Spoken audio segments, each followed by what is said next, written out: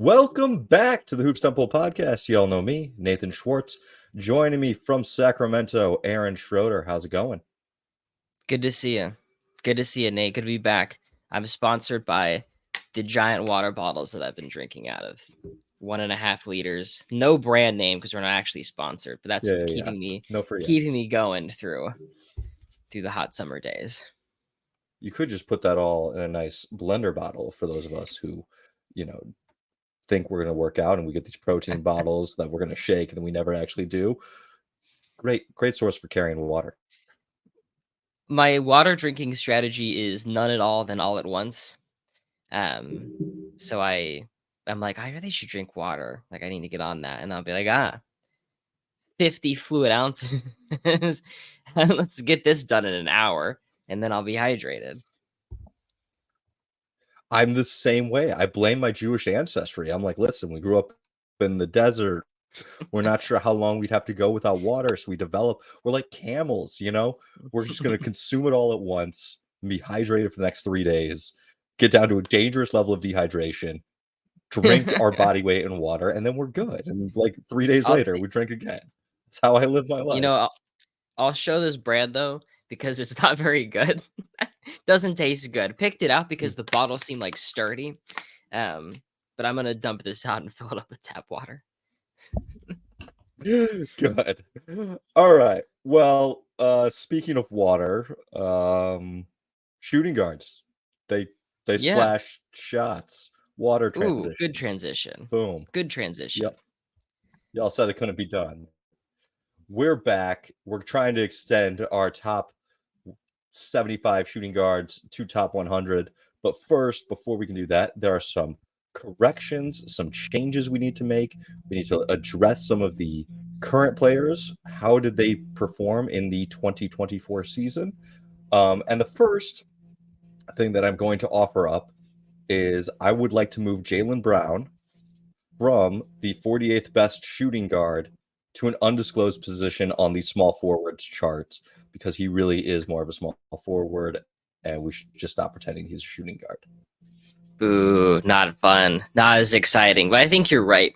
I think the small forwards list is better for him.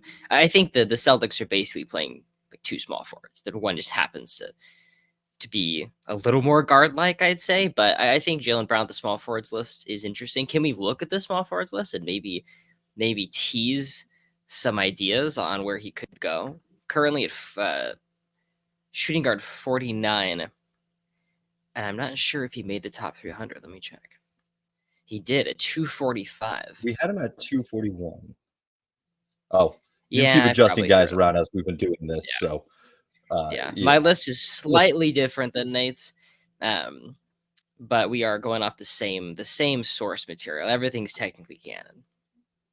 Yeah, things are a little bit in flux right now as we've been moving point guards around. Aaron's been sliding them in. I have just moved them on their positional rankings. We'll do like a full top 100, top 200, top 300. This is just the positional. Let's slot them in. Let's get them in, some loose framework. But I want to kick out Jaylen Brown. And I do want to just ask, how would you feel about kicking out DeMar DeRozan? Because he's now played more time at forward. He's been a power forward for years at this point. I feel like his shooting guard days were 10 years ago. That's the problem, though, is that he went from shooting guard like straight up to power forward. And so it's like hard for him to have gotten the minutes because it's like he's now a 4/3 and he was a 2/3. So I don't quite know what position to slot him into. Do you want to say he's a power forward for fun? Because that's a fun grouping. No, I want small forward. I feel like he traditionally he matches up better with other small forwards. Okay. Comparing him to Duncan just feels weird. I guess we have Duncan as a center. Comparing him to Dirk feels weird. DeRozan, shooting guard number 28, now gone. Let me delete that row. Let's look at the small forwards list and slot him in. Let's do that for Brown too. Maybe when people are coming small forwards next time, so we could really adjust it. Let's see. Let's try to figure out where that would work. So we had DeRozan, 154 on the list. Looks like between Chet Walker and I think Willie George Wise. Yardley. Yeah, Yardley. Yardley's a small forward. Okay. Now, do you feel like this season changed anything, or do you want to just go right there for DeRozan as the small forward list? Nothing has changed in Chicago in half a decade, so no changes. No changes. All right, no changes. So DeMar DeRozan now small forward, number 35. Jaylen Brown comes into this in between Joe Caldwell and Kiki Vandeweghe, which is hilariously way too low. I'm looking to move him up, probably even above DeMar. Like Yeah, I'm I I'm think that's I'm right. eyeing. I mean, we've got Sean Marion up at 127, and I would say over Marion even feels okay. Let's tell me what you've seen from Brown this season that's been so special. I've seen him be the best player for the Celtics in numerous playoff games. I'm not sure that I would say numerous series. I know he got the Eastern Conference Finals, was MVP. I do think a lot of that was his really big shot at the end of game one against the Pacers and then a really good game two. I don't know that he was the best player throughout game one. I don't know if he was the best through games 3 or 4. Um, but in part, him moving to the small forward position, his lack of ball handling is not quite as apparent. His lack of playmaking, passing ability, I mean, he's fine. He's just not as good as what I would want for a guard. Um, but with the NBA dialing back how much they care about like contact on fouls, he's been able to be a very good defensive player. Uh, uh, I think the two-way impact, not to just kind of hit on that buzzword, but he's been a very strong defender as well as being a guy who can get you 20 points and will hit the catch and shoot three. And I think that's kind of the ideal what you would want from a small forward in today's day and age. I think you nailed it. The defensive aspects are really good. Throughout all of his Celtics tenure, he's definitely been Jason and then Jalen. And I feel like what made this Celtics team so special, they have the extra depth with Drew and Kristaps, but I feel like Jalen's been able to go from second option to occasional first guy because Tatum isn't the most consistent player. And so we saw last night, we saw honestly in games 1 and 2, where Tatum is just like, who fucking knows where he is? Jalen stepped up. He's been the best player on the Celtics in these finals. He was the best player in the Celtics in conference finals. Um, I think Marion's a pretty good pick. Um, Above Marion, but below Jim Pollard. Yeah, I think that's fair. Pollard has 5 rings and was considered the most skilled position or skilled player of his era. I don't think Jaylen Brown is there just yet. Um, but I think he will probably be the player that we see the single highest jump from this season, just from where he is at on the rankings. I mean, like other guys, Jokic, there's not as much room to jump. Luka, there's not as much room to jump. Maybe Jalen Brunson has the highest jump, although I don't know that we had him ranked prior to this. But I think Jalen has had one of the best seasons of improvement from what we thought of him before coming into the year to how I feel about him now.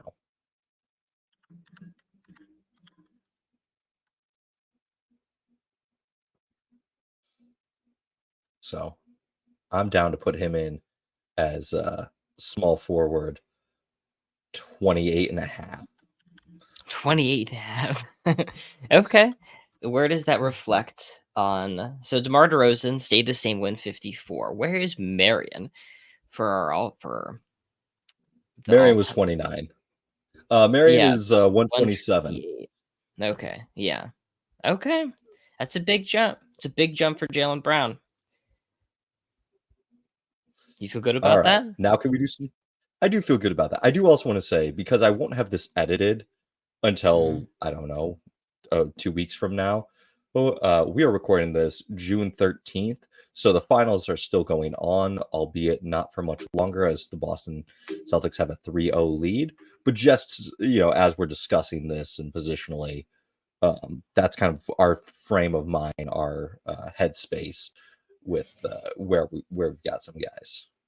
Can you talk to me about Jalen Brown being above guys like Kevin Love or Draymond Green or Klay Thompson?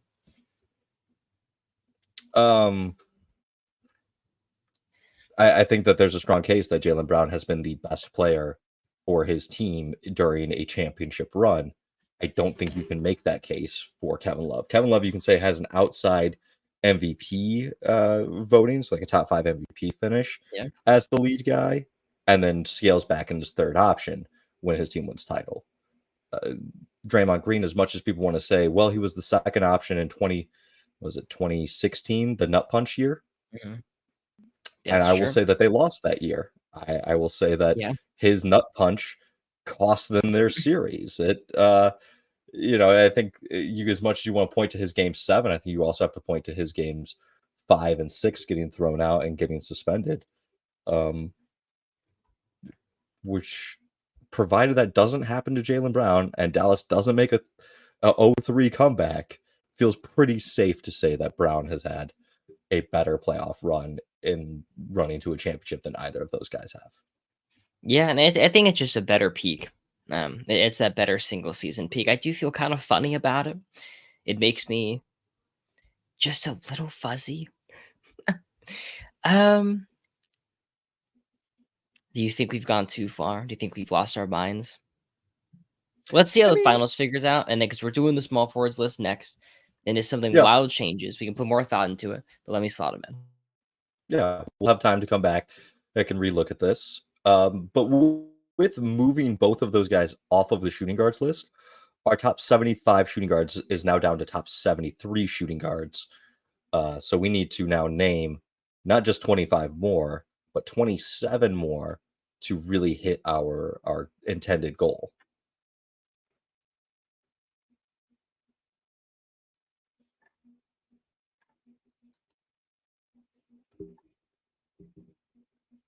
While you're fiddling away with these spreadsheets, I'd just like to start running through some of the current shooting guards we have on the list to see if we feel they've moved up, starting with James Harden, who is our number 4 shooting guard. And I'll just read the shooting guards as we kind of go. So number 1, Jordan; 2, Kobe; 3, Wade; 4, Harden. I don't see any reason to move Harden up. Do you?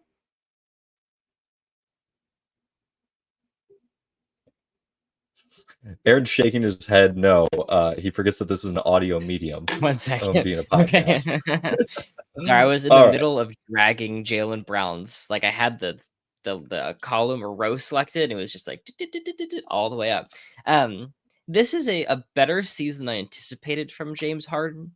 Um, he had some really Sure. nice regular season moments. I thought he was even pretty good come playoff time, and the Clippers are such a funny team. And I had said I wish I doubled, tripled, quadrupled down on the Clippers being like an easy first round exit.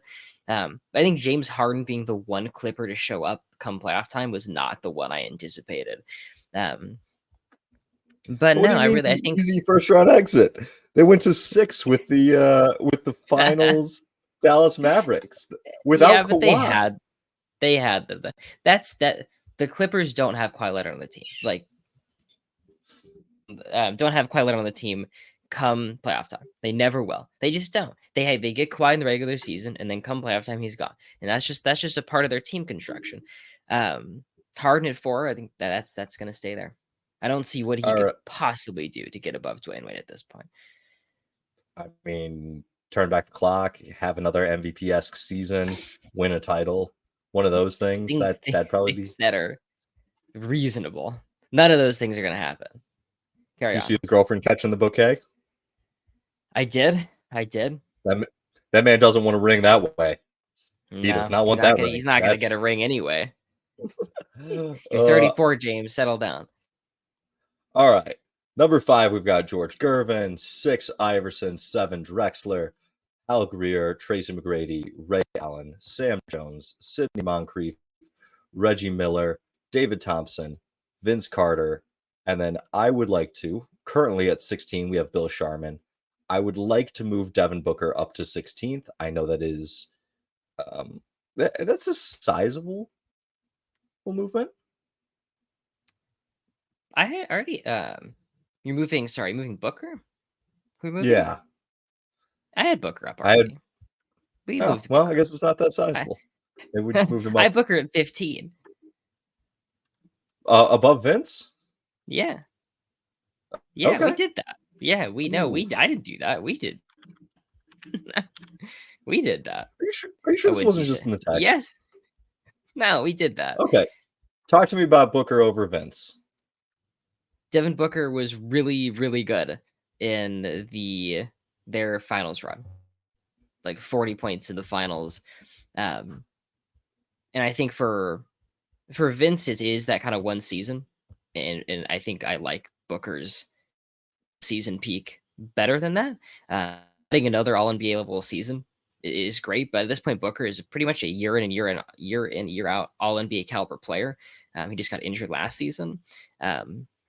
What he did last year in the playoffs was amazing, averaging 34 a night. What he did to make to the finals was amazing, and I like it over Vince. Yeah. There are some of the playoff choker. I don't quite understand how he both has amazing playoff games and people call him a playoff choker. I guess it's the duality of man. But Mhm. I think this is a good spot for him. I having read on the Matrix, he's lacking a lot in the longevity, but I think that's going to be true of most of these younger. But I think he will get there. Yeah. Right after Booker, so I guess now it's 16. I would like to put Anthony Edwards. How would you feel about Edwards over Holy Vince? shit. Hell no. What are you talking? No, Nate. No. Well, first of all, we're breaking off from our 5 season rule. And if we're gonna do it like that, like we have Brandon Roy way down there at 40, and that's your comparison. There's your Anthony Edwards comparison. I'm not gonna. I no way am I gonna say that Booker is there. That Anthony Edwards should be that high yet. Like he's got to give me at least 2 more seasons of this. When did Brandon Roy ever defeat the defending champion in a playoff series? I think that was we're not gonna look at that and say it's that was all Anthony Edwards. The Timberwolves had an amazing defense. They were swarming. Edwards was great. But come on. Come on. How many games has Anthony Edwards played in? Has he played in more than 300 games? 302. Okay. He's played in 302 games. That's He's made more. 2 All-Star teams. That is more. I think you can have I think I look at the shooting guards list and we can say like Andrew Toney at 38 is a better comparison. If you want to say he's better than like Alvin Robertson, 35, but you can't look. You can't. I mean, a peak cannot be one series. I know we're peak over longevity, but it can't be one series, especially given how he played against Dallas, which was honestly bad. It was a little rough. Okay. It had Where had would you Edwards like to made the finals and played well. Okay. Where would you like to slot in Edwards? What's your nomination for Edwards's position? Or do you want me to just keep reading down the list? Let's do Edwards uh below Joe Johnson and above Phil Chenier. Man, you're keeping him out in the 200s? He should be. He's played 4 seasons. He's played 4 years, and one of them was really good. Like, one of them was really good. Yeah, I think like had if his career ends tomorrow and he is just Brandon Roy, we look at him like that. And I think he's peaked high already, and yeah. You know what? I will accept that. I do think that is. I don't love to do this because it's like a ranking that we expect to be wrong, and ranking we expect to look wrong sooner rather than later. But at the same time, I never want to move a player down in these. And like with Ben Simmons, I'm sure if you and I had done this 3 or 4 years ago, we would have talked about Ben Simmons as a top 200 player. And then having watched what Ben Simmons became, fair. Okay, so we'll go a little low. I wouldn't hate to get him up to that like 175-ish range when we're doing this, but for right now, sliding the shooting guards, fine. Hmm. Yeah. Okay, the next guy I want to talk about is right after that was Bill Sharman. I think we're being difficult. I don't know why we decided to be such I can't think of the word. Like stuffy. I think we're stuffy, what's like an old-timey word for snobbish? We're snobbish about something wrong with Bill Sharman. We just don't like it. He's an 8-time All-Star. He's a 7-time All-NBA player. Only 46 players have 7 All-NBA teams. Only 91 players, 91. Only 67 players have 8 or more All-Star teams. He was top 10 in points per game over and over and over again. 1, 2, 3, 4, 5, 6, 7 times. He was top 10 in assists per game 3 times. He was first team All-NBA 4 times. He has 4 championships. He's on the 75th anniversary team. Why we're so harsh on him, I get it was a long time ago. I understand like the tiers of things. He's the second this, he's the third this. Maybe sometimes he's the fourth this, but all of that still is true. I think one of the mistakes we made throughout our all-time rankings was looking for like the guy. We need to find the guy. Well, if the league's 10 teams, there's only so many the guys to go around. And I think that led us to be much higher on expansion era players when there's just more chances to be the guy, and a lot harsher on 50s and 60s players where it's so much more condensed. I'm not going to ride off into the sunset and say Bill Sharman should be top 50, but I look at like Chauncey Billups at 96, wherever you have him around there. I think that's a really good comparison. So the pushback that I would give is we have some years of Sharman pre-Bill Russell, where it's the Sharman, Cousy, and is it Clyde Lovelett? Or is Sure. it Cliff Hagan? Who's their big man that they trade before? Lovelett. And Hagan, I don't know. I figure position Hagan. Yeah, Lovelett. Hagan's the power. They drafted one of them. Sorry, it's neither of these guys. It's Easy Ed McCulley. I just pulled it up to double check. Hagan's also 6'4", by the way. 6'4" small forward. But I'm trying to remember white guys from the 50s. Give me a break here, man. I just feel like we've had that conversation before, and we've referenced Cliff Hagan as a center, and he's just not. We both are like, oh yeah, Cliff Hagan. Yeah. So he's like guy 3 for Cousy and McCulley.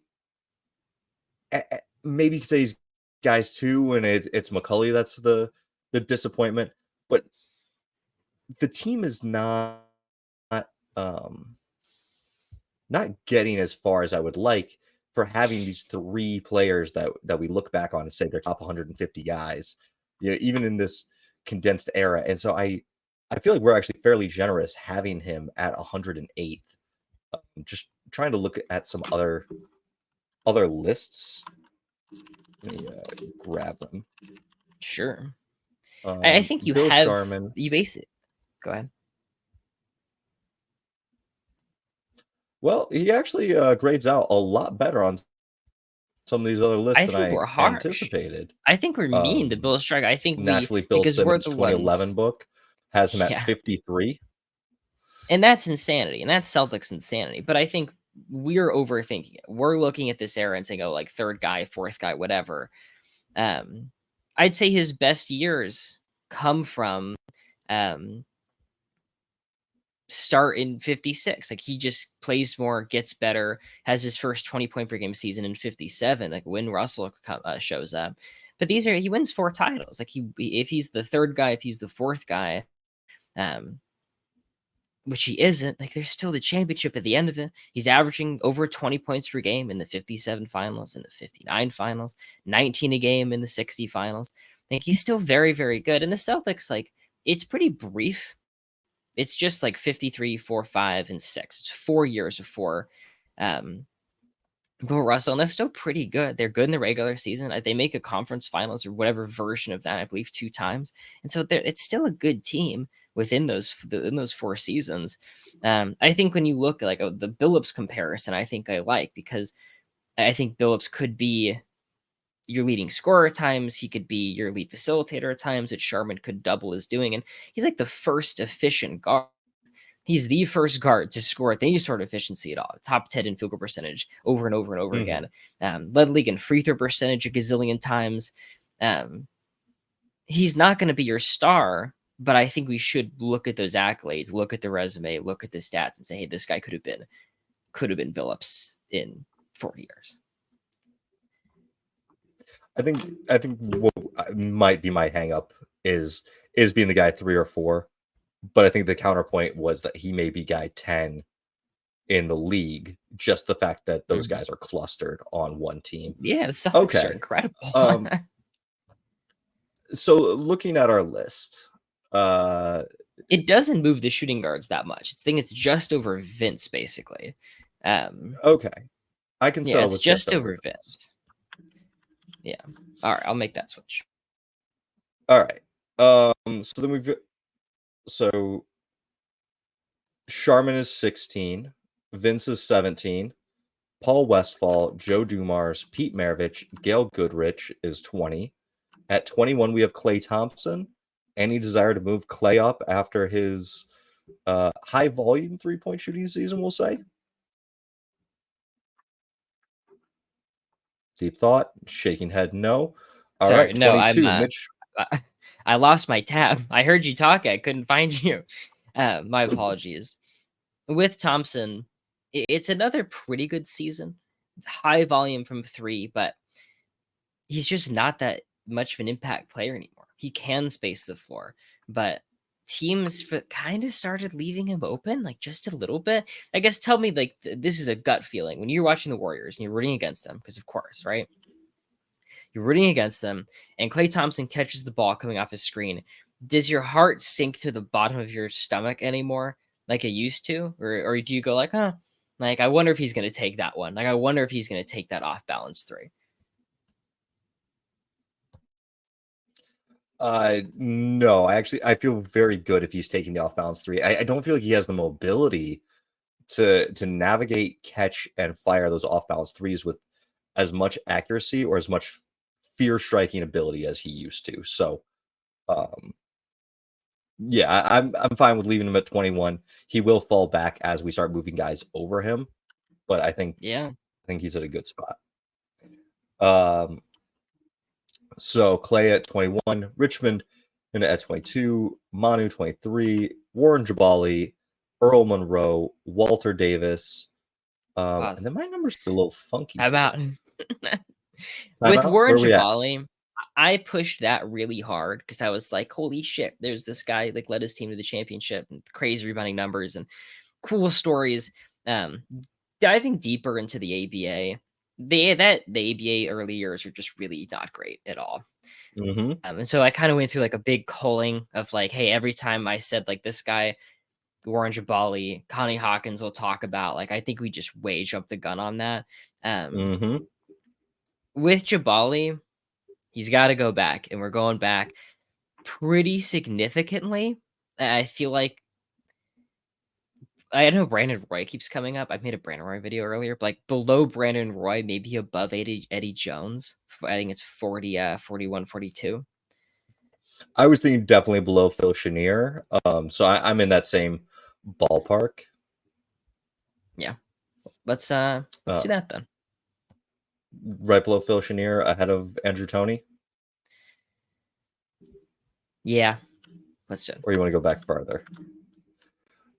At one point, we'll really need to dive deep and kind of reassess some of these guys, because we also have guys like Ron Boone and Donnie Freeman who are just kind of hard to rank historically and in the same relative range. All right. So I don't really know where guys are numbers wise anymore. I'm making sure that they're below the guy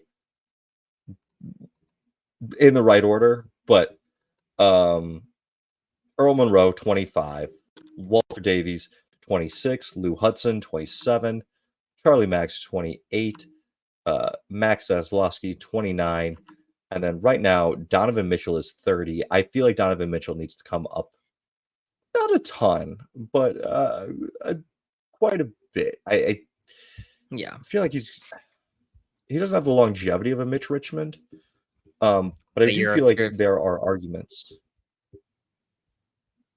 Yeah. You're on point there. You're right on track, right where I was thinking with Mitch Richmond. He kind of feels like Richmondish for this era. I don't think he's better than Richmond, but I think he's better than Manu. And they're right next to each other. They go in order back to back in both the shooting guards and the all-time list. I think if you just sandwich that, make a nice Donovan Mitchell sandwich. What do you think? I like it. So here's the thing. I feel like Manu has a better playoff resume for what he peaks with the Spurs, getting to be that guy. But he doesn't have as high of a regular season as Mitchell. Mitchell has some really nice playoff moments. He also has some very disappointing playoff moments where you're just like, I wish we could get more from him. Maybe it's health, maybe it's just that he's a small guard and gets picked on defense. But I always wish that you could have a little bit more from Mitchell. In comparison to Richmond Richmond doesn't know what the playoffs are like. Like outside of a couple of years with Golden State, he doesn't know what those things are. But he has just such great career longevity with that Donovan Mitchell doesn't have. So they're like kind of three sides, all lacking a little bit of something. So I like them all being in that same range.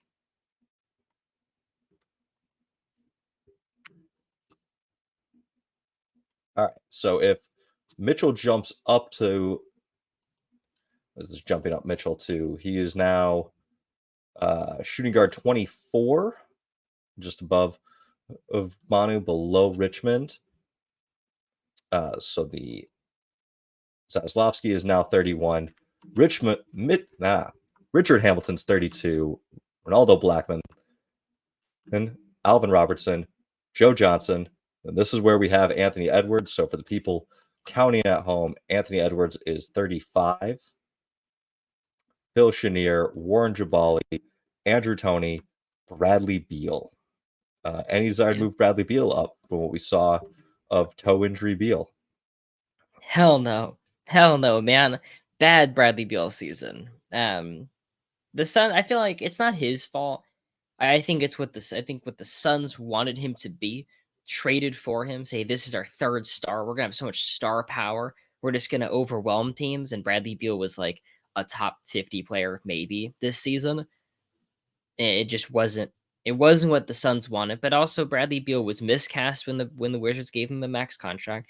He was miscast when the Suns traded for him. I just feel like there's a world where Bradley Beal is like the coolest third option on earth.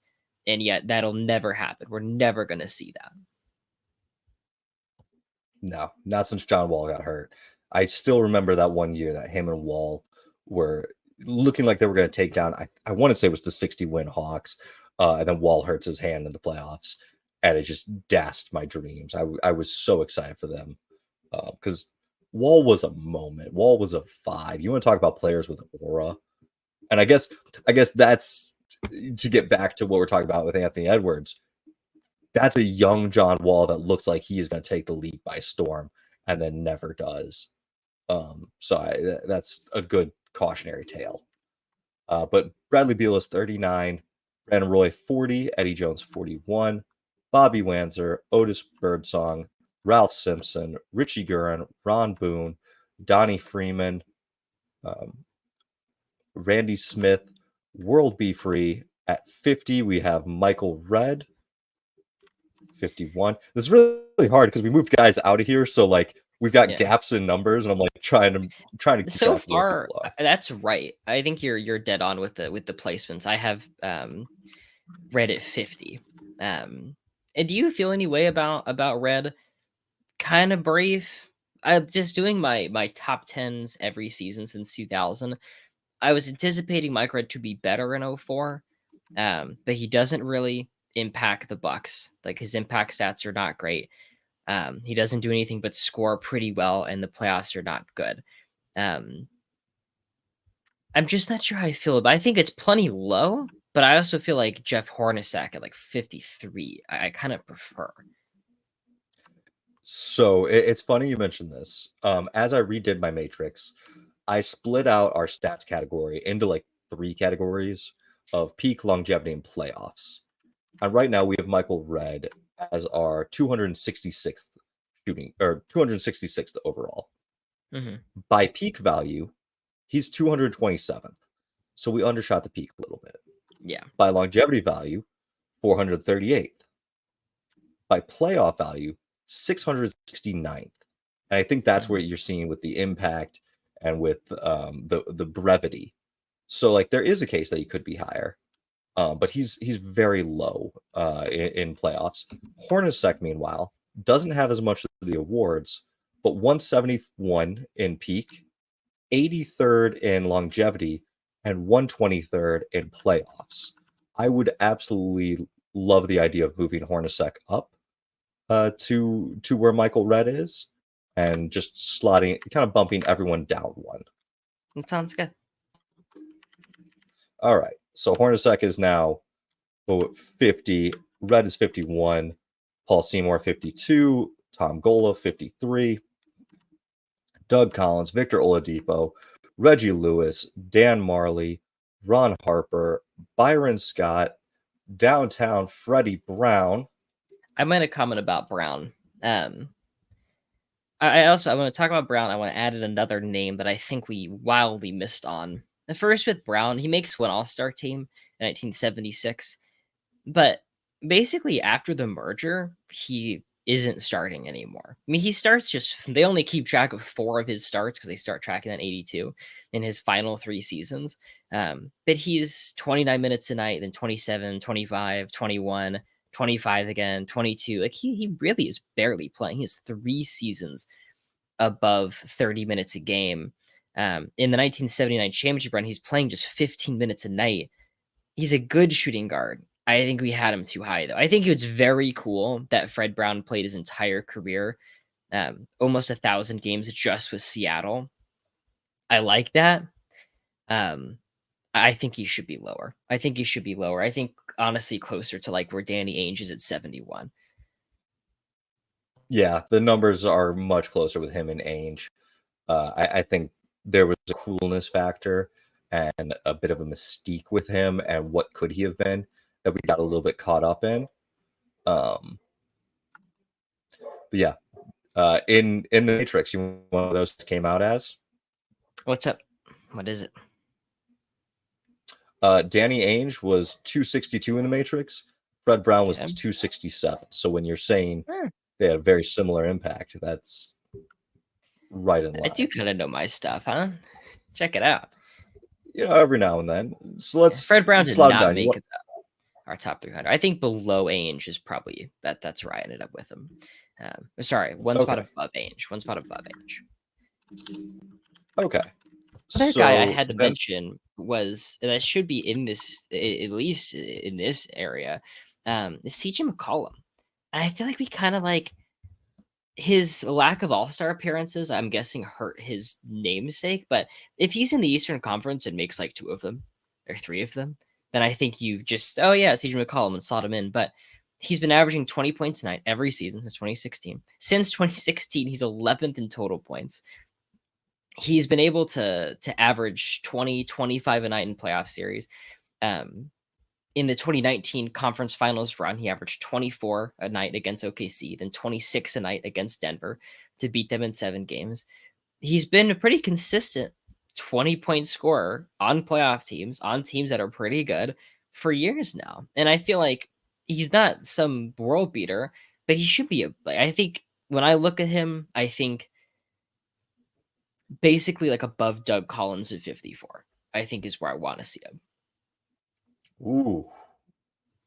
Ooh. That is a big jump. It's a big jump, but I think we just missed him. I think we just overall missed him, but his impact numbers are pretty good. Like, since we have advanced stats that say, hey, CJ McCollum makes his team really good offensively.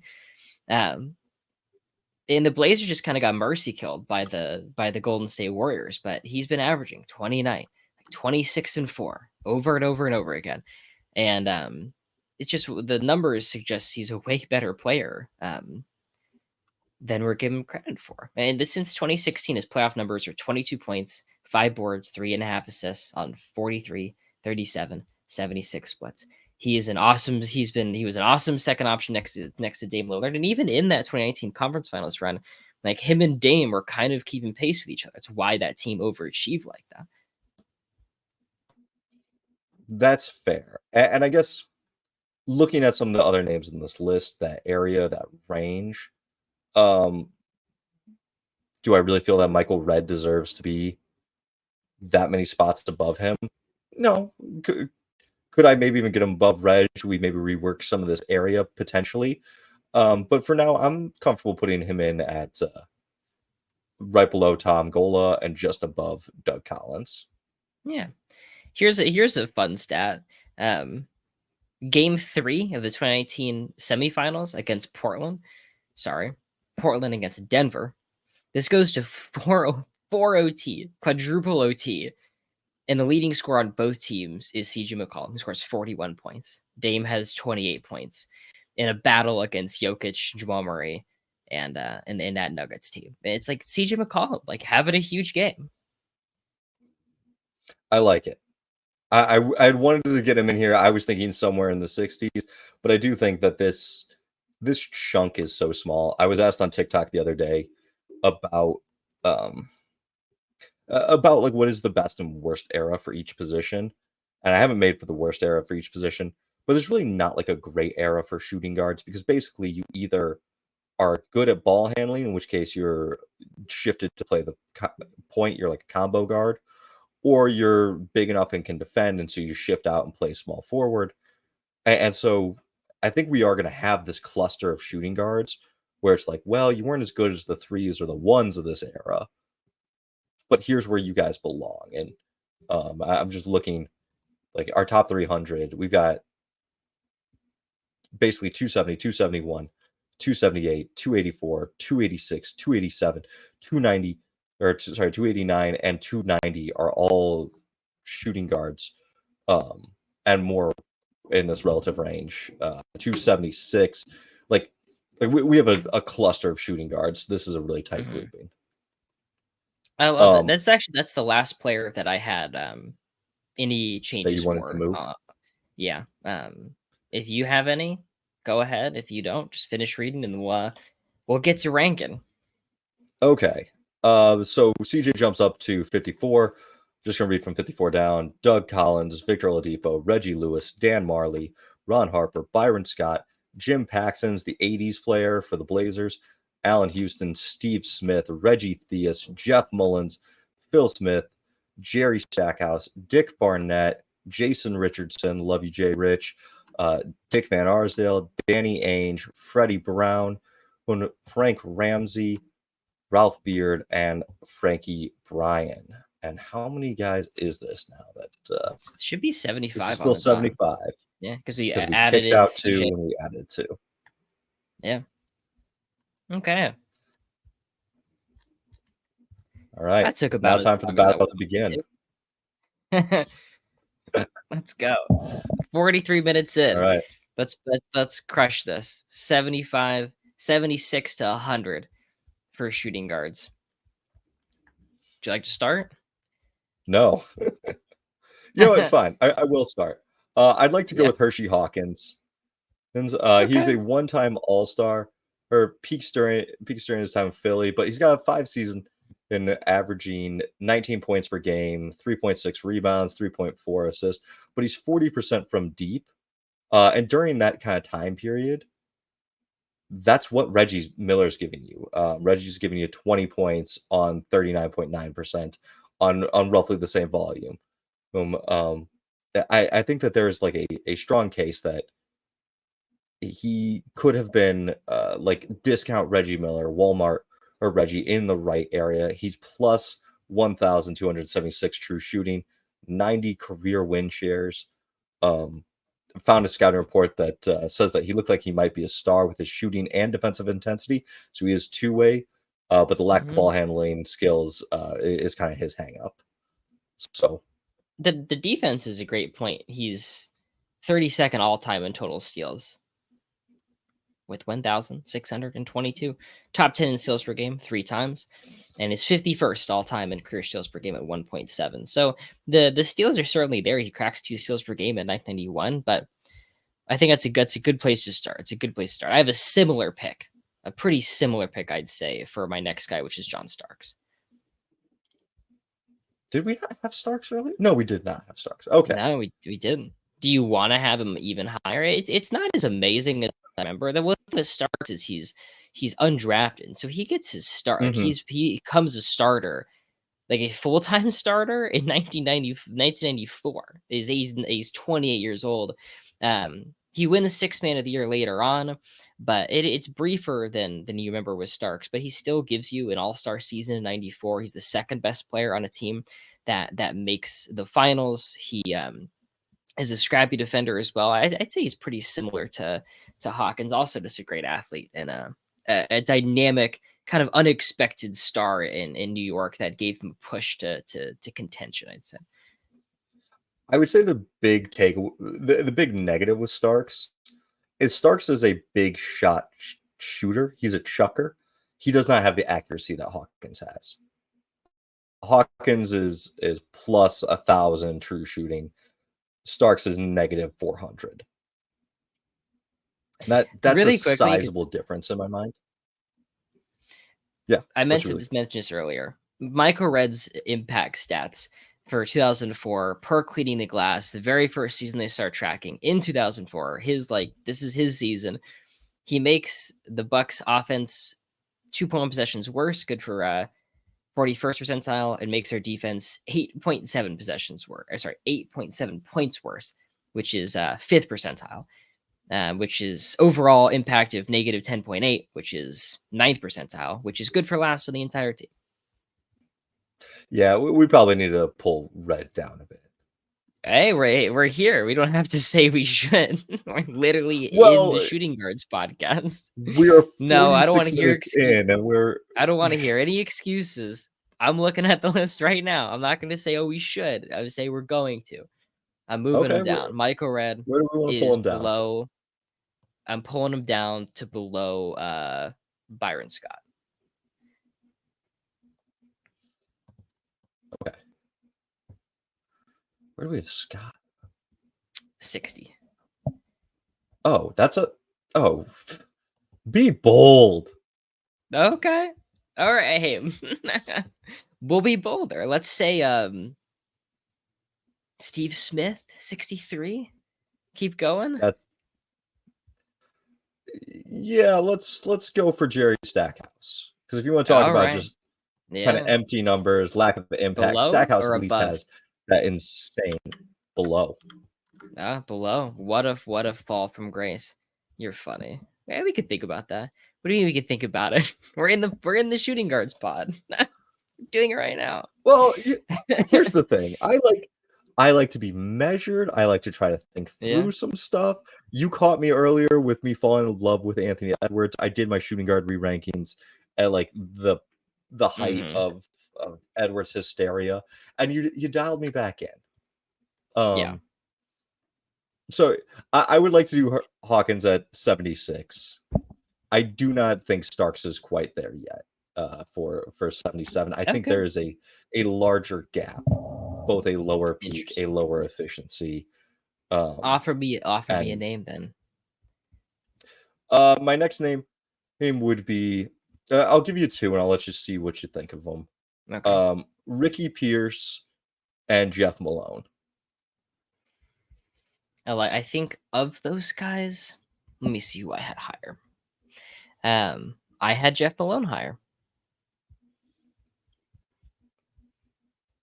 So that's my pick. So Jeff Malone has a stretch in there from 85 to 92 where he's averaging 21 points per game, under 3 rebounds and under 3 assists. But it's high volume scoring. And in the playoffs, he has 5 series over 20 points per game, 9 series where he's averaging 30 or more minutes. So it's a high ask and high not great teams.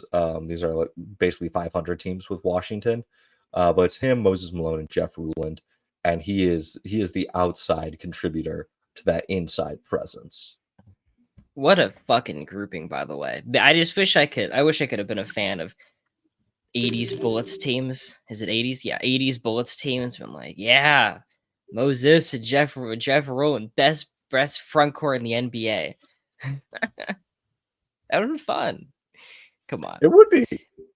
I think you're right with Malone. You have pretty efficient scoring. He's not offering anything else, but scoring is scoring, and I think I'm into that.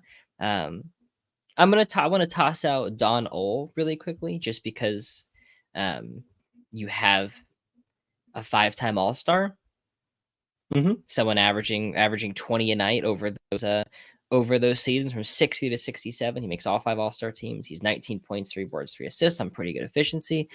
Um, it's for pretty miserable Detroit and Baltimore teams, but come playoff time, the numbers get pretty gaudy in the small playoff series from 60 to 66. He's averaging 24, 5 and 3 on 45% shooting, including 26 points a night in 10 games, 1965.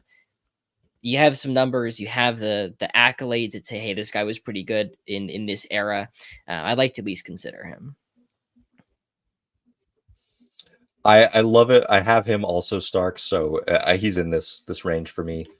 I think I had him right behind Ricky Pierce. So of my guys, this is a good one. I listened to him getting inducted into the Illinois Basketball Hall of Fame, and someone lobbed him the question of what was it like defending Jerry West and Oscar Robertson, or what was it like playing with them? And his response was, "Well, my coach must have thought I was good at defense because he kept having me defend them, and I swear it took 3 years off my career."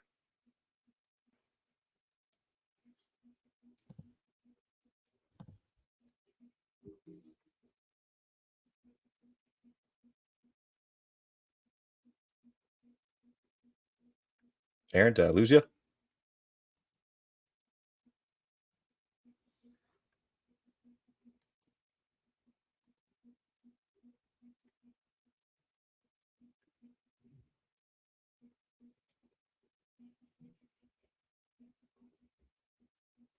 Paused.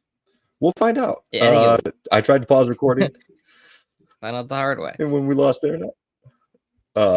All right, so you laughed at that statement. Very Listeners don't get funny. to hear it, but yeah. So what were you saying then about Pierce? I had Pierce closer to the 90s range, and I was curious what you saw with him. I see 20 points a night, low minutes, like crazy impact scoring, 2 Man of the Year awards. What'd you like so much about Ricky Pierce? Playoffs. The man is in Uh, playoffs almost every year. He does. It's not great. Playoff resume. He's 8-12 over the years, but he does help the Sonics make the Eastern Conference Finals in '93. He has he has a rough Western Conference Finals. Sorry, I think I said make Eastern Conference Finals because that's how it is in my notes. But he does come up really big in a few of those wins to make it there. We're also looking at 2-time 6 Man of the Year, 6-year peak averaging 20 points per game, career 72 win shares, career added almost 1,000 true shooting. I think at this point in the range, we're looking at guys who um, probably are only bringing scoring. I mean, we're not that far away from Zach LaVine, Monte mhm, Ellis, those types of players. So the fact that he at least did it on playoff teams yeah. and did it with some efficiency, that's what I'm seeing and what I'm liking. His per 36 numbers are gaudy. That's what I'll say. Are pretty crazy from 1987 to 1994. Per 36, he's averaging 24 a night on 50% shooting. I think that's the next pick. So are we going to go Hawkins, Malone, Ole, and then Pierce? Yeah, and then at that point you wanted to slot in John Starks as guy number 80, I think that I'd be pretty happy with that. That sounds good to me. That sounds good to me. Um, I wanted to Who is talk about next on your another list? Buck. I don't know if he's next, but he had such interesting seasons. Which is Ricky. Sorry, we talked Ricky Pierce. This is Paul Pressey, his teammate at the same time. 3-time All Defensive Player, but in 1986 averages 14 points, 5 boards, 8 assists, and 2 steals, and I believe is starting. Yeah, is starting directly over Pierce. Um, really good seasons. It's pretty brief before injuries and age take him out, but 85 to 88, he's 14 points, 5 boards, 7 assists, 2 steals. Kind of this crazy passing, defending, rebounding guard um, at just 6'5". I was really interested in that stretch. I like it. I think he's a little bit more of the Swiss Army knife. Um, Pierce is more of the scorer. So like you have the Swiss Army knife in the starting lineup, you bring the scorer off the bench. Trying to think like a couple years back, Warriors, you're gonna start the forward and Andrew Wiggins. You're gonna bring Jordan Poole off the bench for that scoring punch. I think that's maybe a type of more That's modern interesting. parallel I for like that. what these not as far as terms of levels, but just as far as Yeah, mindset and skill play sets. styles. It's, I think yeah. what sets Pierce apart is just the games played and the minutes played, really. Um, Mhm. where Pressey's at like 19,000 minutes, Pierce has played like 4,000 more minutes than that, 200 something more games. Um, 16 years versus 16 years versus 11 years in Pierce's favor. So, well, I think Pressey is briefly the better player. I'll go overall for Pierce. Yeah.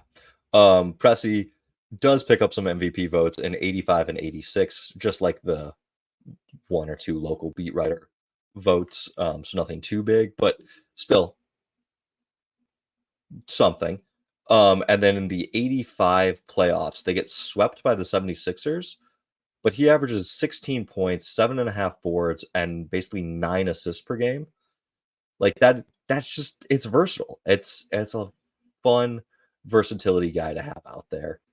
I'm trying to think who's the small forward for the Rockets with Ralph Sampson and Hakeem in 86 when they upset the Lakers, who has a very similar stat line that we really loved. So just wanted to I think this is a good placement, 81. Okay. Trying to see why I have this guy as 82. Would you like a nomination Well, on my end? yeah, who is your nomination? Because I'm I interested. had Jerry Sloan, 2-time All Star, 6-time All Defense, 4-time first team All Defense. In the playoffs, plays 40 minutes a game in the Lakers in their 1971, 72, and the 73 loss. The Bulls just could not get over that LA hump, but they lost in 7, Mhm. 71, and 73. Sloan at 6'5" was just a dominating defensive presence. He just missed my top 20 defenders of all time list, but also was pouring in upwards of 9 boards a game, 8.8 in 1971, while being a pretty good passer as well. Him and Norm Van Leer, possibly the best defensive backcourt ever. Just, I think, the one of the few times, and I wish I had the other names, but where both backcourt players made the all defensive team. One of the foundational pieces of a Bulls team that went from expansion garbage to contending team pretty quickly. Yeah. No, I like the Jerry Sloan nod. I think it's also kind of fun to go back and look at Sloan as a player because, I mean, I at least grew up with him as a coach. I feel like he might be a little bit more of your time, but it was just like Sloan is always there and he is always coaching the Jazz. But he was a very, very good and highly impactful player. Um, yeah, I'm down with moving Sloan in. The reason why I was like trying to check back my notes is for some reason I have Joff Petrie next, and Jeff. It's just Jeff. nah, it's Joff. Spelled with a I know. Geoff. What's funny is because he was I've the watched Game GM of of the Thrones. Kings for a long time. For a long time, at least when in my childhood. I remember like talking to my parents. I'm like, "Fuck is this guy's name?" I was 7. I didn't say that. I was like, "What's this Geoff Petrie?" And like, it's Jeff. And I was like, "It's ridiculous. Spell your name right, Jeff." And also make better trades. But Petrie's interesting. I think I like that. Petrie's in that same class of high scoring guards. Now the reason why Petrie, I was looking at, I was like, what was my case for this guy? Because the Matrix has him outside of the top 1,000. and it's just brutal to him for his lack of longevity and never having made the playoffs. So since he never Mhm, played in the playoffs, he gets the default rank of no one or of everyone else who missed the mhm. playoffs, and that is just brutal to his career. Um, and he was like the original Blazer, or who was their leading scorer, their best player, up until Bill Walton starts rolling, and then he gets injured, massive knee injury, doesn't play again, kind of post the title run, post 77. I believe he gets traded and then just doesn't work out. But I got a quote from Jim Barnett saying, "What I remember was how dynamic a player Jeff was. I've seen them all, and he was something special. I don't think people understand how great of a player he was and how much of an impact he had on the franchise right from the start. He's definitely a Hall of Fame player, but he didn't have the chance because of those injuries." And then one of his other teammates, Larry Steele, says that he's one of the best shooters of all time, a great teammate. Unfortunately, we just didn't have enough talent around him for him to be recognized as good of a player as he was. I like the teammate falling on his sword. You know, 5 years, averaging 22 points and 4.5 assists.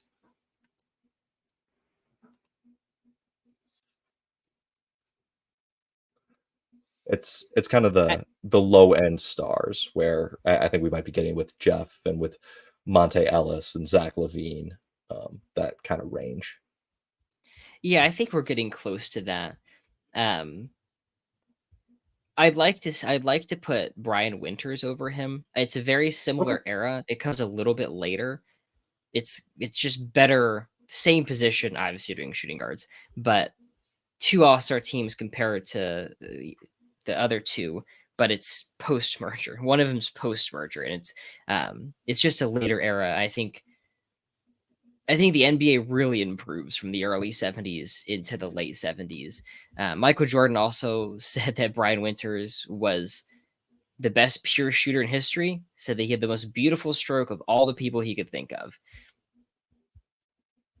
That's pretty Uh, good. Winters Winters was interviewed and asked about the 3-point line. I found an interview of him, and so how much would you have liked to play with the 3-point line? He's like, it would have added several thousand points to my career totals. And it's just like, no hesitation, just like, yeah, that would have added several thousand. He was so So, efficient. Well, he played with the 3-point line, like, post his prime, and shot mhm. about 35%. I mean, like, for him to take threes at all, to even he attempted 100 threes in that first season with a 3-point line. I mean, teams didn't take 100 threes at that point. Um, but we're talking about someone that was able to make the 76 All-Star team, the 78 All-Star team. He was a big part of the Kareem trade and a big part of why Milwaukee doesn't, like, flame out into oblivion, Yep. like immediately after trading the best player in the world. And I think I think winners should be above Petrie. Okay. Are you okay with Petrie next? Because we kind of have two different routes here. We can go with those low end stars, the Petries, the Monte Ellises, the Zach Levines, or we can kind of talk some more about some of the guys that maybe were a little bit lesser individual talents, but contributed a lot more to winning or played for very long times. Yeah.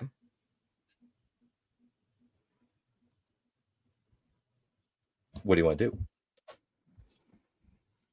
I think let's do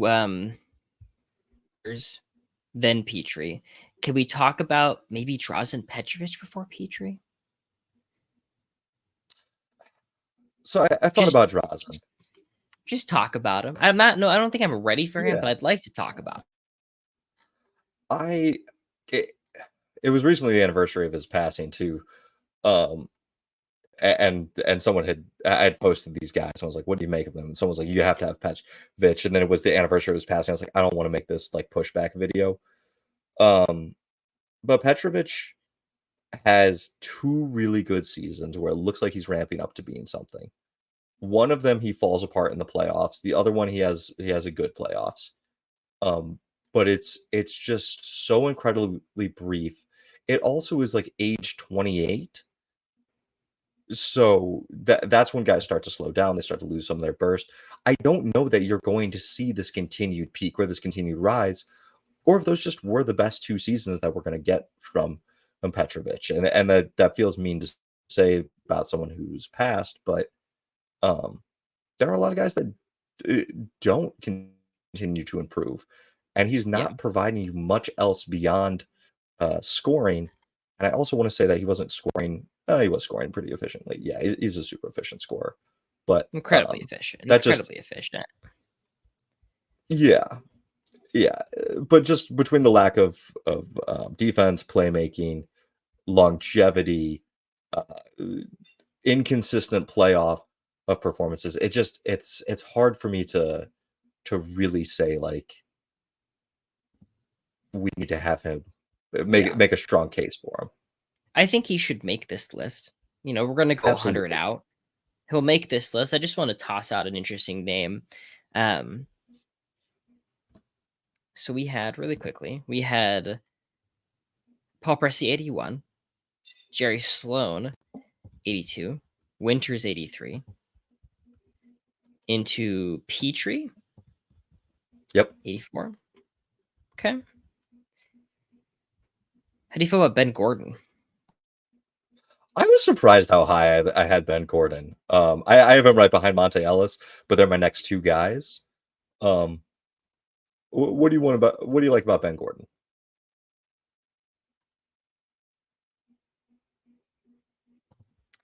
Gordon helped sweep the defending champion Heat in 2007. He averaged 26, 5, Hmm. and 5 and Hmm. outplayed Dwayne Wade. Wade was injured. He was all banged up, all sorts of stuff. But he has 2 seasons averaging 20 a night. He is a part of one of the best defenses ever in the '07 Bulls. I think you get 3 playoff runs where he's averaging over 20 a night. Volume scoring, pretty good defense. Great one playoff series, Ben Gordon.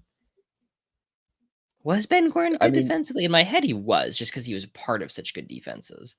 not he was not individually great, but he also wasn't able to be picked on as much as other Mhm. guys. Like he had a stocky enough frame that like if you got him on a switch, and this also could just be the late 2000s where if a guard got you on a switch, it was let me try to back you down. In that style Mhm. of play, he was a little bit less susceptible than getting pulled out and tried to dance with like the way that Kyrie would try to attack someone now. Yeah. It's like Yeah, him, Luol Deng, Kirk Heinrich, Ben Wallace, and then the Bulls get to 50, nearly 50 wins, 49 wins in '07 and losing 6 to the Pistons. But it's just a pretty good couple years from Ben Gordon. My Ben Gordon. goodness. Um, did you did you come across in your research any of Mr. Fourth Quarter stuff for Ben Gordon? No, I didn't see anything. What'd you find? So as a rookie, he has 21 fourth quarters where he scores 10 or more points per game. Ben was exceptional. His in clutch scenarios, his points per game would rise. His efficiency would rise in comparison to all other quarters and all other like segments. So in close games, specifically in the fourth, he was at a higher level as a scorer and as a efficiency scorer. Um, I remember Detroit going all in on him and Charlie Villanueva and that backfiring terribly. But like the data and the numbers were very pro Ben Gordon. So I'm totally comfortable putting him in here. You're also looking at a 5-year peak of him averaging 18 and a half points per game. Um, so 4 playoff series from '06 to '09 where he's 22 points per game. Like it's solid. I think he's probably fallen off a little bit more in the historical recollections. Yeah, absolutely. Do you want to make the Monte Ellis case next? Dude put the ball in the bucket. Dude made there not smart people, but there were people questioning him or Steph Curry at points.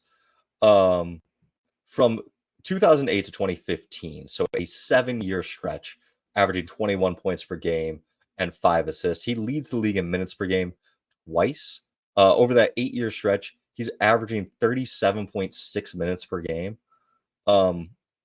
Yeah, there's not a lot of playoff success. He is 0-4 in series that he plays over 30 minutes per game in. But like, if you wanted scoring, Monte gave you scoring.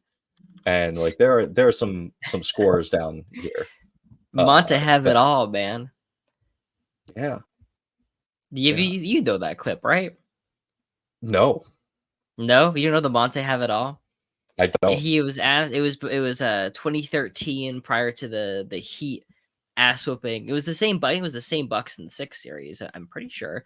At least I associate these interviews as happening close to the same time. But Monte Ellis basically said, aside from the rings, like, what does Dwayne Wade do better than me? He's like, I can shoot, I can score, I get to the basket, I'm just as fast as he is. Monte have it all, man. Unfortunately, he couldn't shoot and could not defend anybody. He's one of the one day I'll write a book on players define, like the players that defined the 3-point revolution era, but it's not the shooters, it's the ones that couldn't fit in. And it's going to be like Roy Hibbert and Monte Ellis and Al Jefferson. With Ellis, you get to a point in 2016, like he had been 19 points tonight in a pretty good Dallas team. In years prior, all of a sudden you had a small guard that couldn't shoot, couldn't defend. He's gone out of the league, like just like that.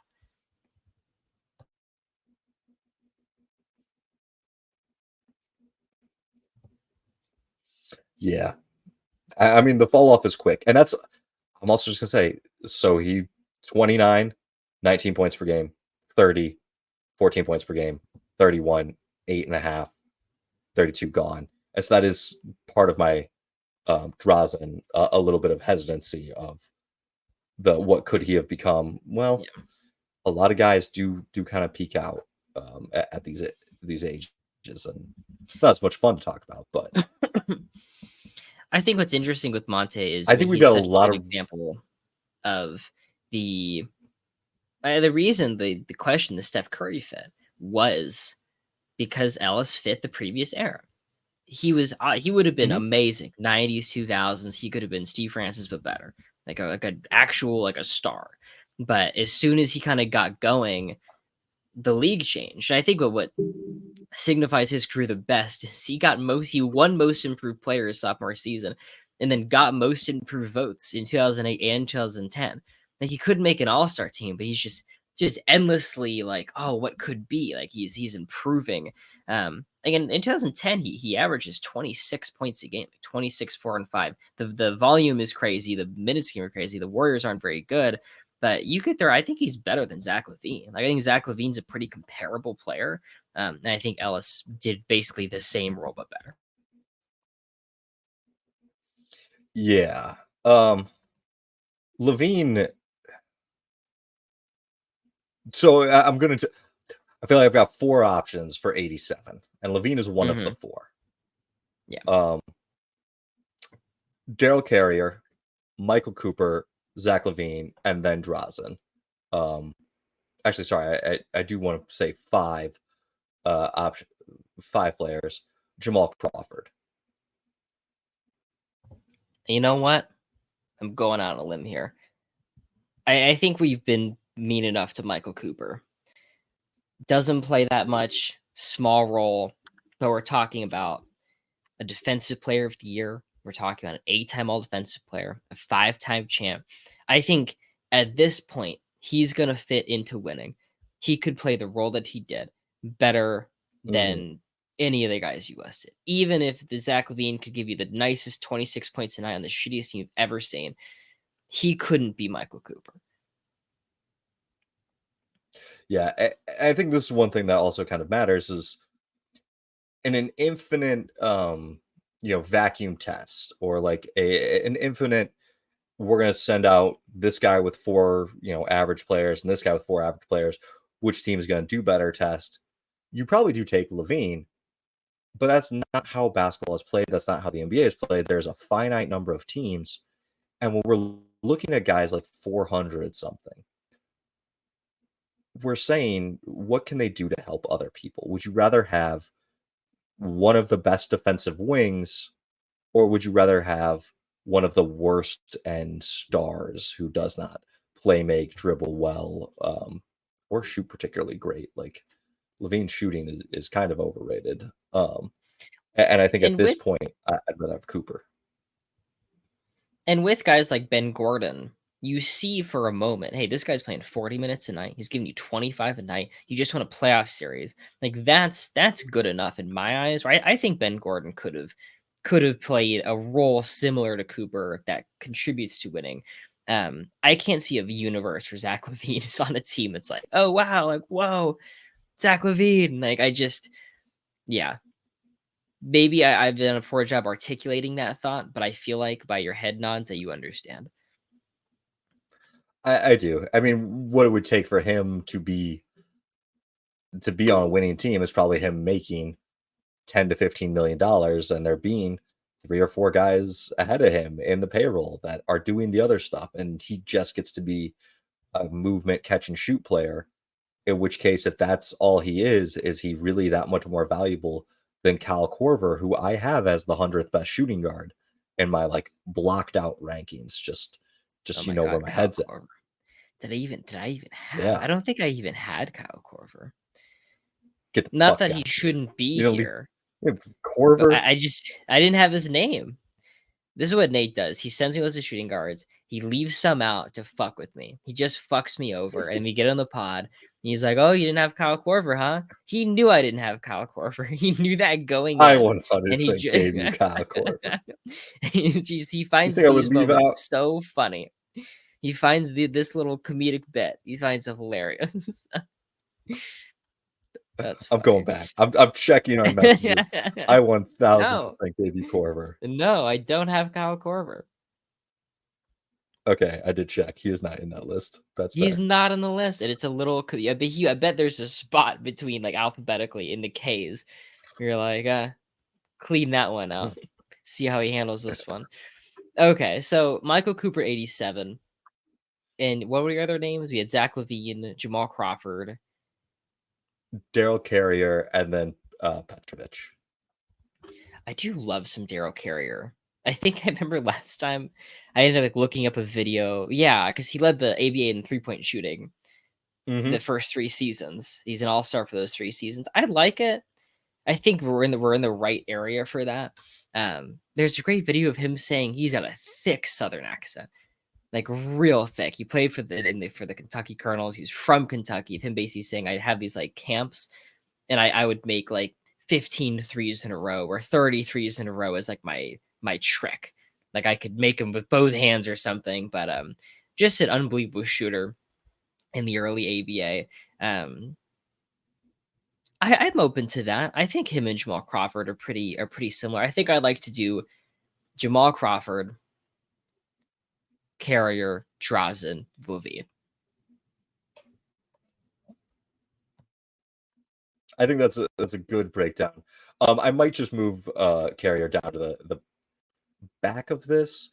And my knock for Carrier is that all of his most impressive stuff is early ABA, and he is not in he's not in the NBA. He's 27 when the ABA starts. There was a time where the NBA looked at him and decided, nah, we're good. He's drafted in 64. I don't believe he was caught up in the betting scandal. So I think that just would be my knock back on him.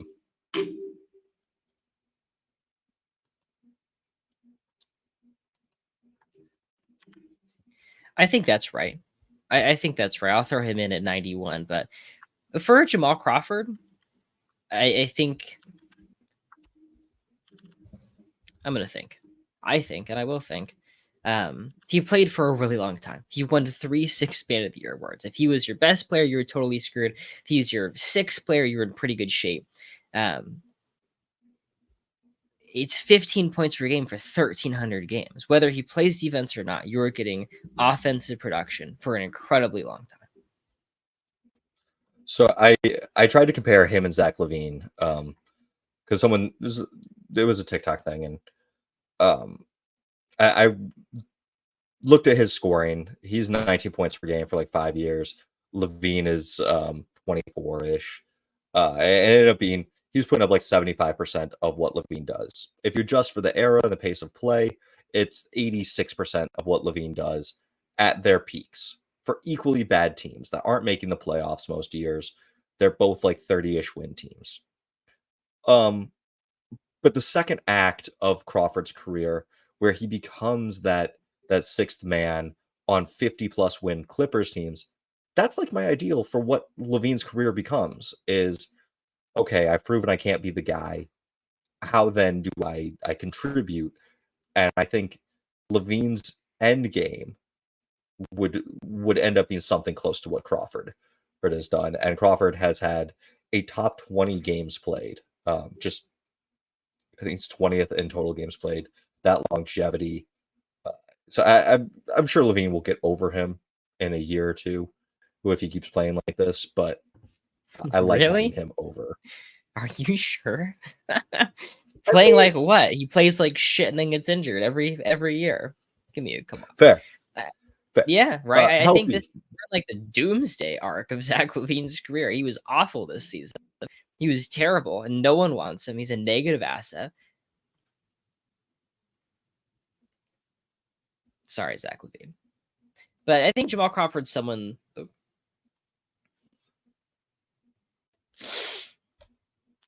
Hello? What do you think Jamal Crawford is? Jamal Crawford's someone that I think I've been like really harsh on because he is, when you do an all-time ranking, he's further out than the average fan's going to anticipate because there's just so many Sure. players and he's so bad on defense. But at some point, I'm gonna go to bat for Jamal Crawford and say, you know what, like he was a really good scorer and played that six-man role like really well. And I think like what Levine has done has derailed more teams than helped it. Yeah. All right. So we've got 9 spots left. Who's your nomination for 92? I'll give you 3 names. I want you to tell me which one you like the most. Katina Mobley, Christie, and Kevin Martin. That was Katina Mobley, Doug Christie, and Kevin Martin. Yeah. Katina was the only guy that I have making my list. Christie is a little bit further down. He's like 103. Because I rank out a little bit just so I have like the next couple of guys. So I wouldn't hate Christie making it, but I'm surprised that is where you went. I sometimes I don't save all the names in order. And I'm just curious how you feel about Kevin Martin, someone that dealt with injuries but was able to get to the mid 20s in points per game. Um, someone that averaged 20 points a night is 1, 2, 3, 4, 5 times. Clearly that the scoring talent's there. Any interest, or are we just gonna say not good enough? I would listen to cases that you made, but I'm not that interested. A lot of those are very bad teams. I don't think he's doing it all that efficiently. I don't think he's making the teams better. I'd be much more interested in someone like Jimmy Walker, Jalen Rose's dad. Yeah. Or someone that's done it quite a bit longer, or maybe who just contributed in a different way, like David Wesley's defense, Johnny Davis, not the Wizard, but the 70s Johnny Davis, Dick Garmaker, or going old school, has the most awards of anybody left on the list in the shooting guard position. Had him. 4-time All-Star. Do you want to throw in Garmaker and say and move on from that? Yeah, it's not the sexiest case is here. It's he's a 4-time All-Star in the 50s, one-time All-NBA first team. Second team. But I believe it's the years where it's positionless. And so he's a top 10 player. Fair. The Lakers are not particularly great during his time. He kind of comes a bit after the Mikan decline and before Baylor gets there. So, it's not What are the the good highest level things of that play. Dick Carmaker did? Let's talk about the good things.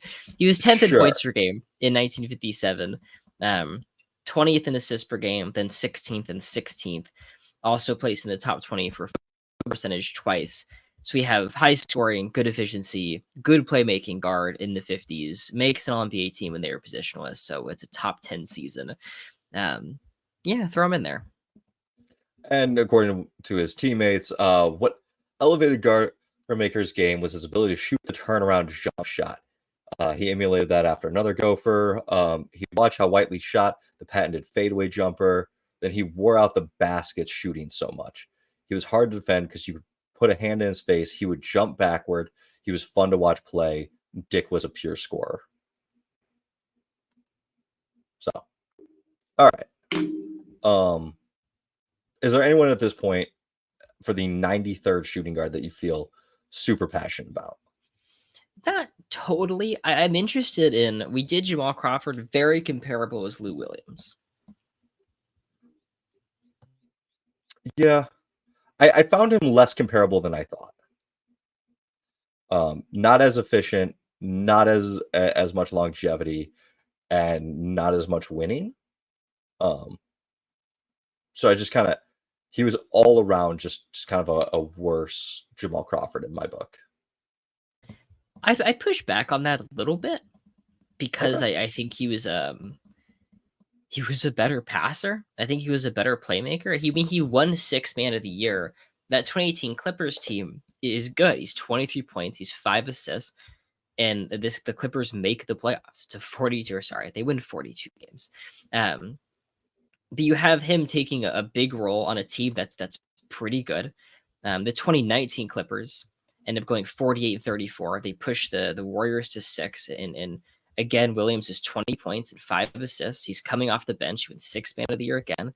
And prior to that, I mean, you have years and years. It's 200 less games, but it's still over 1,000 games, 1,100 games. He won 3 6th man of the year awards, just like Crawford. I'd say the scoring and All right. efficiency is pretty comparable. Okay. All right. And that 2019 playoff series, you are looking at 22 points and 7.5 assists. So basically 8 assists, 7.7. Tell you what, could we do Jimmy Walker as 93 and then Lou as 94? Yeah, that sounds great. Jimmy, Jalen Rose's father, or completely during the merger, but from 70 to 74, 20 points, 4 assists per game, 2-time All-Star. It's him and Dave Bing, and Bing in 2007 describes Jimmy Walker saying that he had the skills that would mesh well with today's game. He had range, he could shoot from 3, had unbelievable ability to handle the ball for someone of his size. Because at least at the time he's like 6'4". He was a bigger shooting guard at that time. Probably would have been a point guard in the modern era, but the way people talk about him is that he was the perfect player. I found Bob Cousy raving about him. I found Sam Jones raving about him. Dave Bing, like Hall of Famers talk about this guy like he was, going to be something, and then just never got on a winning team. Sam Jones paid his college tuition so that he would go to Sam Jones's alma mater. Like that's Wow. That's yeah. a cool fact. Number 1 overall pick too. Yeah. I think it's a good placement. All right. So we've got 6 positions left. We've thrown out a lot of names. Who are some of the names that you can't live without? I think Doug Christie should be on this list. He uppercutted Rick Fox in the face, plus 1,000 aura points for uppercutting Rick Fox in a fucking preseason game. They were so mad about the previous Western Conference Finals. They played each other in the preseason, and he punched Rick Fox in the face. But on top of that, he placed in the top 5 for steals per game 7 times. 7 times in the top 5 is immense. Only Allen Iverson, John Stockton, Michael Jordan, Jason Kidd, Mookie Blaylock, Alvin Robertson, Chris Paul have done that more. And this is Doug Christie not being a star. And those guys are getting minutes for other things, where Christie's just such a great defender, but also offers a playmaking aspect where he's close to 5 assists per game in Sacramento. I think he's a big reason why that Sacramento team is so versatile, so interesting offensively. Also made for all defensive teams. So lots of steal numbers, crazy steal per game numbers, was on some pretty good teams, offensive versatility. Doug Christie. Would you rather have him or David Wesley? I know there's that hometown bias, but I feel you could say most of those things about David Wesley as well. A lot of really good defensive things. Can't say that he punched Rick Fox in the face. I think that is a yeah, come on, punch Rick Fox. Get out of here. Uppercut. Wasn't even like, because you could punch, right? But it was like came underneath, just bang. I think with Wesley, you get similar stuff. He only wins 3 playoff series, which is the winning is a bit worse. They're pretty comparable. They're pretty comparable. Like the assist numbers are better for Wesley. He does play point guard quite a bit. Where Christie's more of like a small forward turn shooting guard. Wesley's more of a point guard turn shooting guard. But do you feel strongly about Wesley over Christie?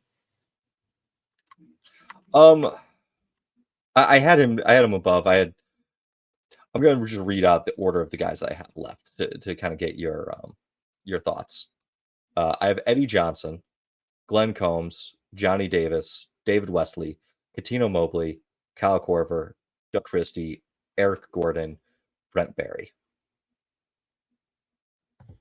I like those names.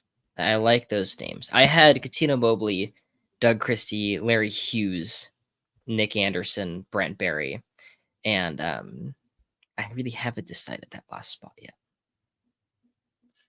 I have lots of names. Can I talk to you about Eddie Johnson? No, I don't want to talk about. I wrote down Eddie Johnson, and the way I differentiate it too, I said Eddie Johnson not rape and Eddie Johnson rape. And so I really don't feel strongly about the one. I have Eddie Johnson 109, Eddie Johnson rape, and he's just such a bad person, dude. And it's so much worse than any of these other guys. It's so bad. We don't. He doesn't have to make the list. He doesn't have to be in our top 500. We just forget about it. Two-time All-Star, two-time All-Defensive team, 17 points per game, 5 assists per game. The 82 scouting report that I found for him begins with he sidestepped drug charges this offseason just like he sidesteps defenders. Jesus Christ. Oh my God. Yeah, he is run out of the NBA for drug abuse and off-the-court actions. In 2008, he is sentenced to life in prison for what are described as sex crimes against a minor. Some people might call that pedophilia, statutory rape. He's a rapist. He's a criminal. Oh my God. Okay. Okay, I don't like being in this position. You're not making me feel better about it. But we ranked Karl Malone. We ranked Kobe Bryant. We ranked Derrick Rose. We've ranked against a minor. Yeah, okay. You know what? I've always said that our job is to rank basketball players. What happens in the afterlife is up to God. They will be punished in all eternity, and it's not our responsibility to keep them off our list. Yeah. We don't have to celebrate him, but we do just need to acknowledge what he did in NBA history, which is be a very good player immediately post-merger, who, one, threw away his career. He spoiled it with his own actions. And then two, was a detriment to society at large.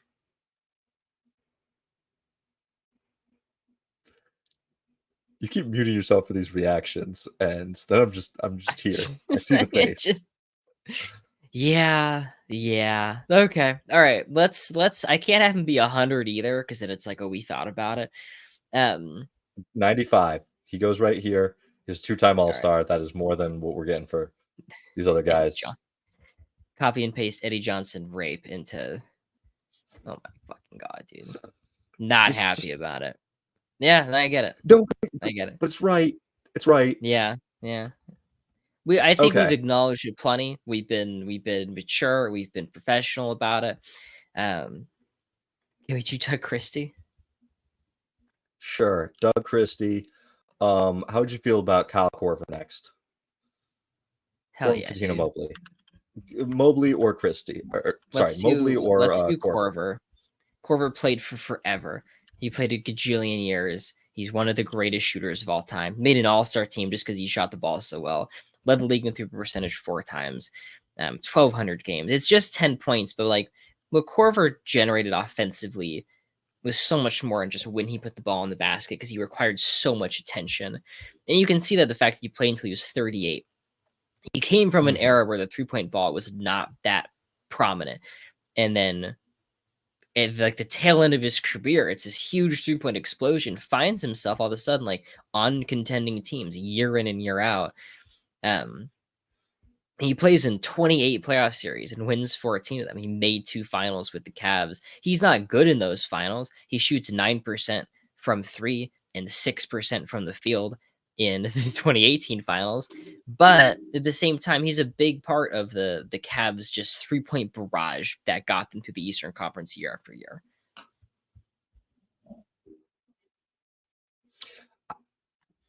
Without looking, I want you to put away your Korver numbers. How many years did he shoot over 40% from three?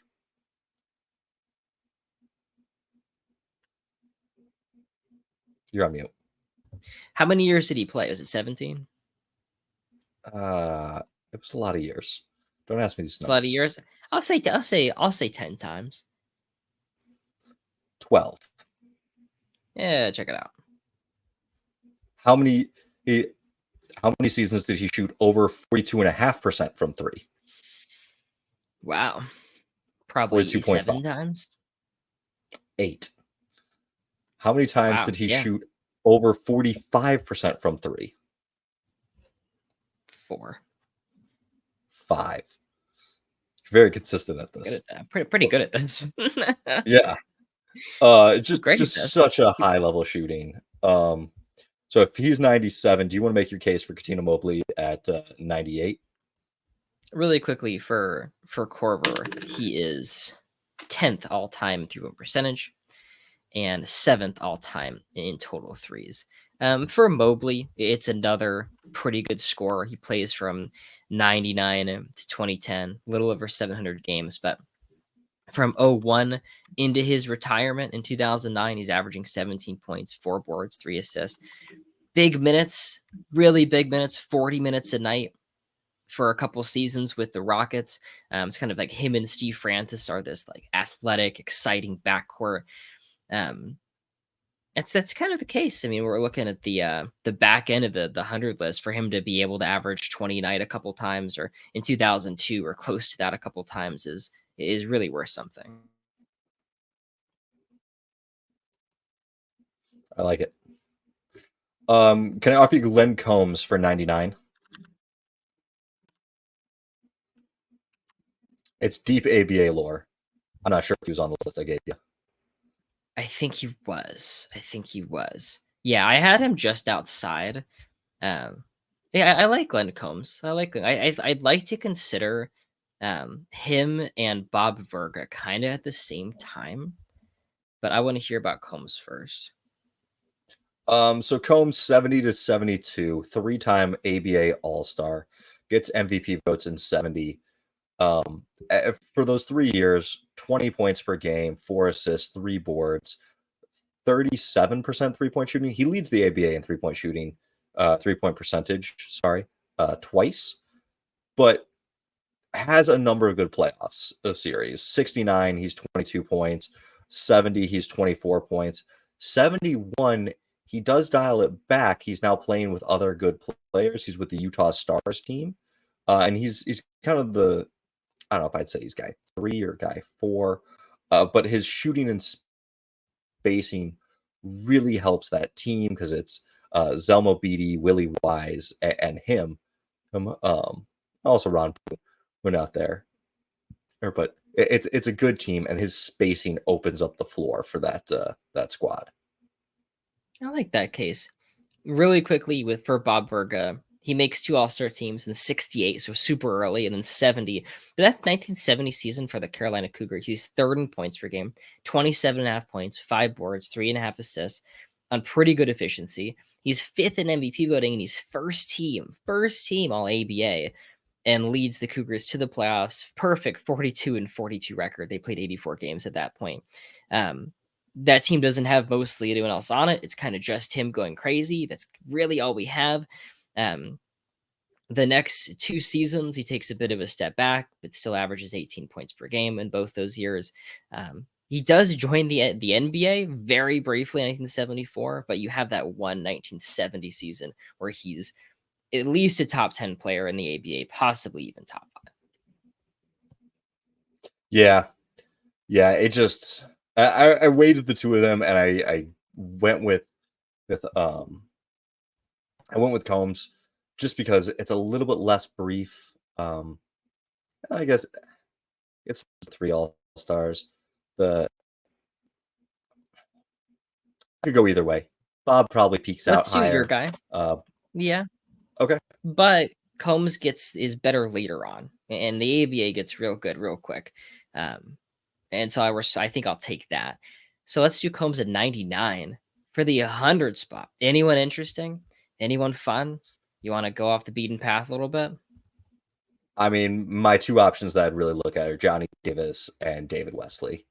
I could be talked into Eric Gordon. I could be talked into a super longevity player, Brent Barry. Vinny Johnson, I just want to throw his name in there. I was less impressed with Vinny than I thought I would be. And then, because the people will ask for it, J.R. Smith, I also kind of have in that next tier of J.R. Smith, guys just outside. Number 100. Put him in. J.R. Smith played in 30 playoff series. He made 5 finals, and he won 2 of them. He played for forever. He played 1,000 games over 16 years. 6th man of the year in 2013. Dynamic offensive player.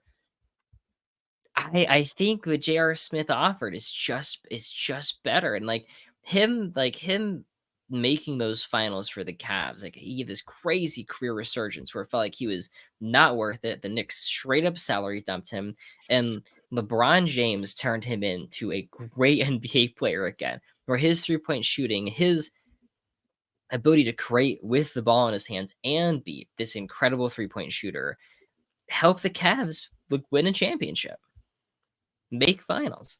In 2016, he was taking in the playoffs 7.2 threes per game at 43%. He was absolutely lights out. And that's not even talking about the conference finals he helped Denver make in 2009, or the great Knicks year he was a part of in 2013. I'd be way more interested in Smith than those other guys. I don't even know who the fuck the first guy you mentioned is. What was his name? Johnny Davis. Get out of here, Johnny. Not interested. Once again, not Wizards Johnny Davis. This is Blazers Johnny Davis. You know what? I get it. I'm looking at the page right now. I do remember this. Let's see. Where did I have Johnny Davis? I had Johnny Davis. No, I didn't have Johnny Davis. Come on, J.R. Smith. Yeah. All right. We can put the Henny God himself. J.R. Smith. J.R. Smith. J.R. Smith. J.R. Smith, 100. Aaron, would you care to recap the post Frankie Bryan 76 through 100 for us? Yeah, absolutely. 76 is Hershey Hawkins, then Jeff Malone, Don Ohl, Ricky Pierce. 80 is John Starks. 81 is Paul Pressey, then Jerry Sloan, Brian Winters, Jeff Petrie, Ben Gordon, Monta Ellis, Michael Cooper, Jamal Crawford, Drazen Petrovic. Then 90 is Zach LaVine, Daryl Carrier, Dick Garmaker, Lou Williams, Jimmy Walker, Eddie Johnson, Doug Christie, Kyle Korver, Katina Mobley, Glenn Combs, and number 100, the Henny God himself, J.R. Smith. You told me he wasn't going to make the list. You told me. I have it in text. That's not true. I don't know what you're talking about. All right. Well, this has been another perfect episode. I don't know when I'll post this. I'm going to try to get point guards out 2 weeks prior to when everyone hears me say I'm going to try to get point guards out. But Aaron, where can the people find you? Possible Chairs on TikTok, Possible Chairs on Twitter, my Patreon, where you can find this list in writing, as well as links to Nate's TikTok and the Hoops Temple podcast. And you can find me at that link. Join his please join his Patreon. I think I'm going to try to get the Matrix cleaned up, post the finals, try to put that out there. So if you want the entire Matrix in its entirety, you can purchase it from Aaron's Patreon. Also, email us, hoopstemple@gmail.com. If you have strong feelings about Eric Gordon not making this list, love to hear about them. Other than that, have a good week.